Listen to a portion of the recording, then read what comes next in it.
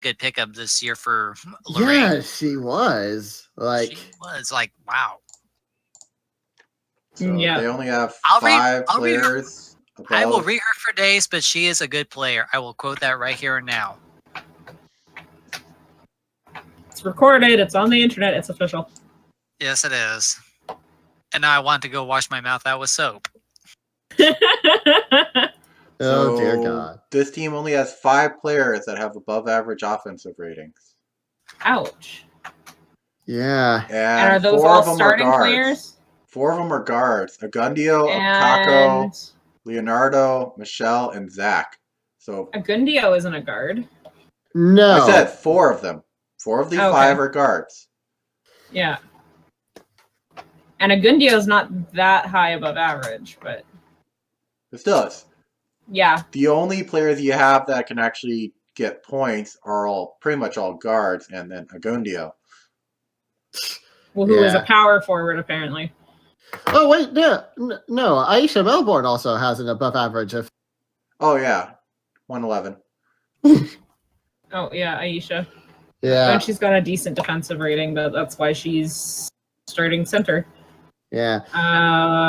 They've got one really old player, and that is Leonardo de Hugo. He is a Yeah, but 2007 model. Yeah, but he's still going at least somewhat decently strong. So And that was a draft pick. He's got some oomph left in him. And that's a sophomore. So they've got like 3 sophomores, I guess 4 if you count Edwin. Excuse me. And then 2 draft picks by the looks of it. 3 draft picks. I think. Yeah, they got Or the 2. warthog, the mongoose, and the other person. And the seal, I think. And the seal. Yeah. Challenger. Mune. It has a lot of players that have like very little play time. Monet, Benson, and probably Thal, I bet. Yeah. Well, Mooney's stats weren't exactly the greatest from what I understand, so. Well, again, it's all these players coming in from obscure creators that end up basically falling to the wayside because the creator's not there to develop them. Yeah. And this is why I'm so picky. Although this is an Akari character, so Akari's always around. So Monet has the potential to be good then. 89 offensive rating in the preseason. Not very good. Yeah. But Partly because Monet spent pretty much the entire preseason in the backbench. So the way I look at it is Monet has the potential to improve if he's given some time because he has an active creator. Like I'd be more willing to give him time than Cody Benson, for instance. Yeah, turn on the oven. Turn on the oven and let him cook a little bit and give that character a reason to actually play more often, and you might actually see something. I know that Marty is planning a promo that involves Robin Mooney to some extent, so we might see more from Akari with her. That said, that's probably still some good advice there. Yeah, because there's characters here that they're characters that are falling to the wayside. So there's other characters to me that would deserve more time. Yeah. Just looking at it from my perspective, anyway. And it's a good perspective too. Yeah. Anyway, I think it's pretty clear where the issues lie, right? Yep. Yeah, they're just lacking some balance, and they've got a little bit of dead weight, and all that jazz. They've got cap, so I mean they've got room to play, but I mean the problem is they weren't getting in on some of those big names in the free agency. I mean, they could have put bids in on lots of characters. I mean, even guys like Ati. I mean, like nobody put bids in on Ati, and I was surprised because he was one of the top centers in the free agency, and he got 2 offers. But then you look at this team and it's kind of like, they could use a better center. And it's like, well, there were other centers out there. Like, why didn't you try? And Ati went really cheap. Well, you wanted him to go cheap, so. Yes, I did. I announced that openly. So, but, I mean, yeah. But they know. I think they know where their weaknesses are. Yeah, they do. They do. Let's the biggest move over to suggestion, Dakota. Shuffle. Yeah. Oh my God! Yes, To the Dakota. bikers. What the Let's fuck? burn the bikers. What the fuck are we looking at in the bikers? Catherine DeMille, Matthew Silvius, the Whoa, weasel that was okay. today. Dylan Okay. Redfield, the bad guy. Mika Mishima, the rookie. Cassidy Whitelax. Alan Banana. Okay, we have 2 players with fucking 60s on offensive rating. What the hell is this? One thing of note, if you notice, there's no numbers on Gris Fool. He did not There play in the is. season. He did not play in the preseason. Huh? That's weird. Ah, interesting. Maybe they decided they don't like Grisful anymore. And apparently they don't like Ryan Malone either because they put him down in the deep reserves. Did he get injured? Let me check. There's been so many injuries that I wouldn't put it past them.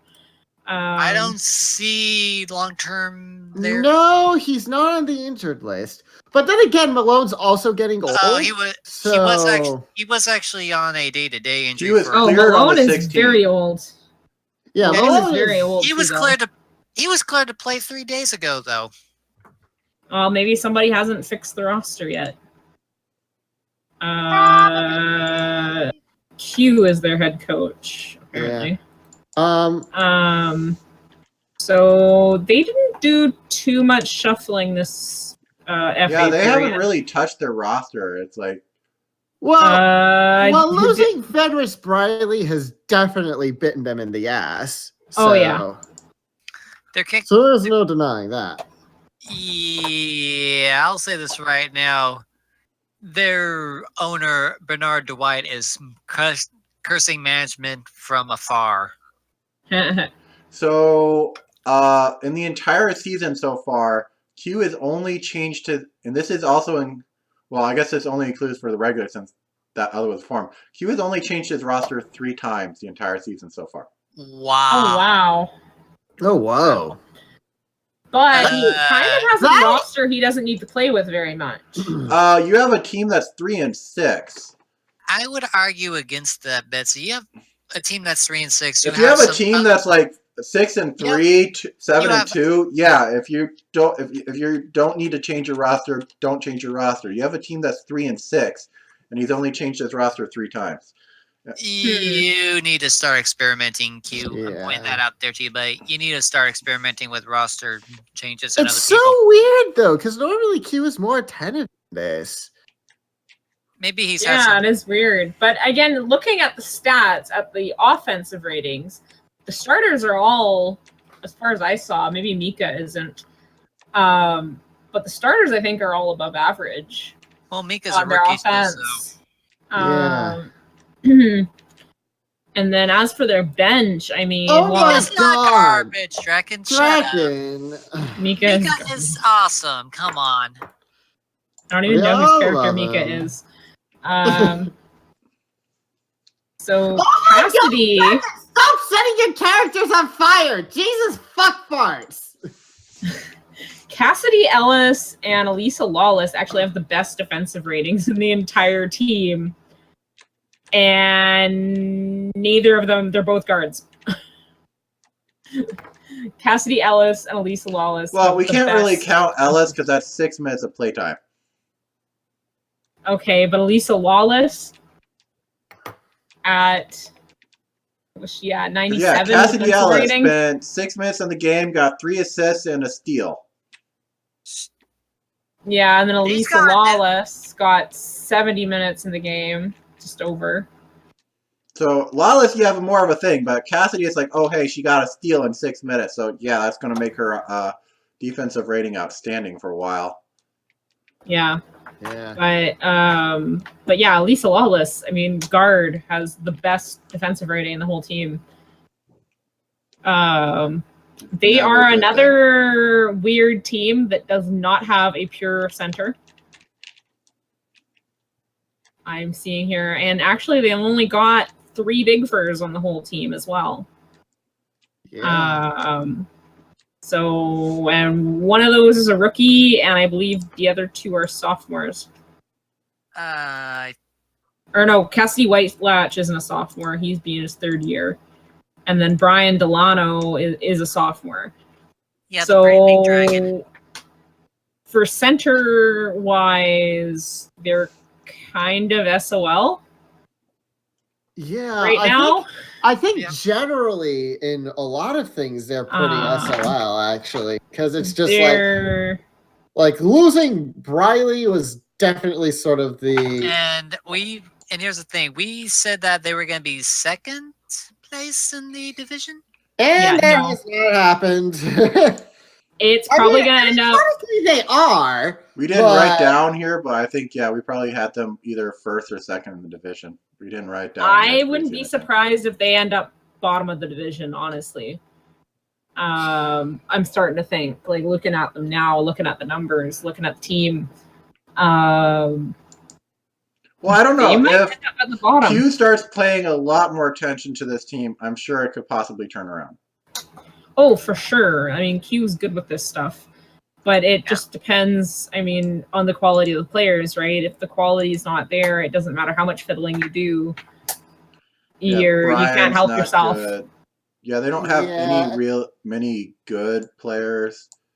No, the team. It's actually amazing because it's almost something that I never imagined I'd see happening. Is the Dakota Bikers falling from grace? Because they've ever since I started in this league anyway, they've been I've been wanting top of their division usually. I wonder if this is an example of like I said, how if a team was relying for a ton of points from its bench because the bench is now scoring less. The bench is effectively, if you're on the bench, you're getting an effective nerf almost. So I wonder if this is one of the reasons Dakota is failing so hard, because they probably were relying so much more on their bench, and with the bench nerf, it's sort of yeah. I don't know. Either way, yeah, they don't really have a lot of good pieces. No, they've got a lot of young players. They got a lot of young talent. They just got to figure out how to piece them together, and they got one other spot they could probably fill with somebody. I'm thinking when they go to fill that last gap, they either need to put in center. Pure center. That's what I'm thinking is a pure center, but I don't know if there's even a decent one left. Fratis, can you invite Harlow to the chat? Actually, invite Harlow. Sure thing. Let me. Oh boy. Yeah. Boy. I wonder if he heard my epic rant of Danica. Probably. But he's sort of just more. He's sort of. I think he has some insight on Q's thing that could help. So, maybe. Yeah, because that's what the last couple of DMs to my Slack account to me have been. So, you know. Yeah. I'm pulling out the Shatner as his full stop today. What is wrong with me? Hey. Okay, I sent him the invite. Now it's got to wait for him to hop in. Oh, there he is. Okay. Join. Oh, okay. So he can't talk, but he can text. So serve like Kraken. Yeah. Hi, Harlow. I hope the weather's good in Venezuela or Miami or wherever it's right now. Who's talking about me? What'd you say? Ah! Holy shit, Draken! Hi, Draken. Ah! Jesus Christ! I rise from the dead like Draken. Out of nowhere. Draken, hair needs more fines. Okay. Here we go. Fines. All the fines. And Baps with the Mauler hammer. And two brute. After all I did for Barnaby Jazz, too! Meh. Welcome to hell. Barnaby Jazz has you wrapped around his little finger, bitch. Actually, he kind of does.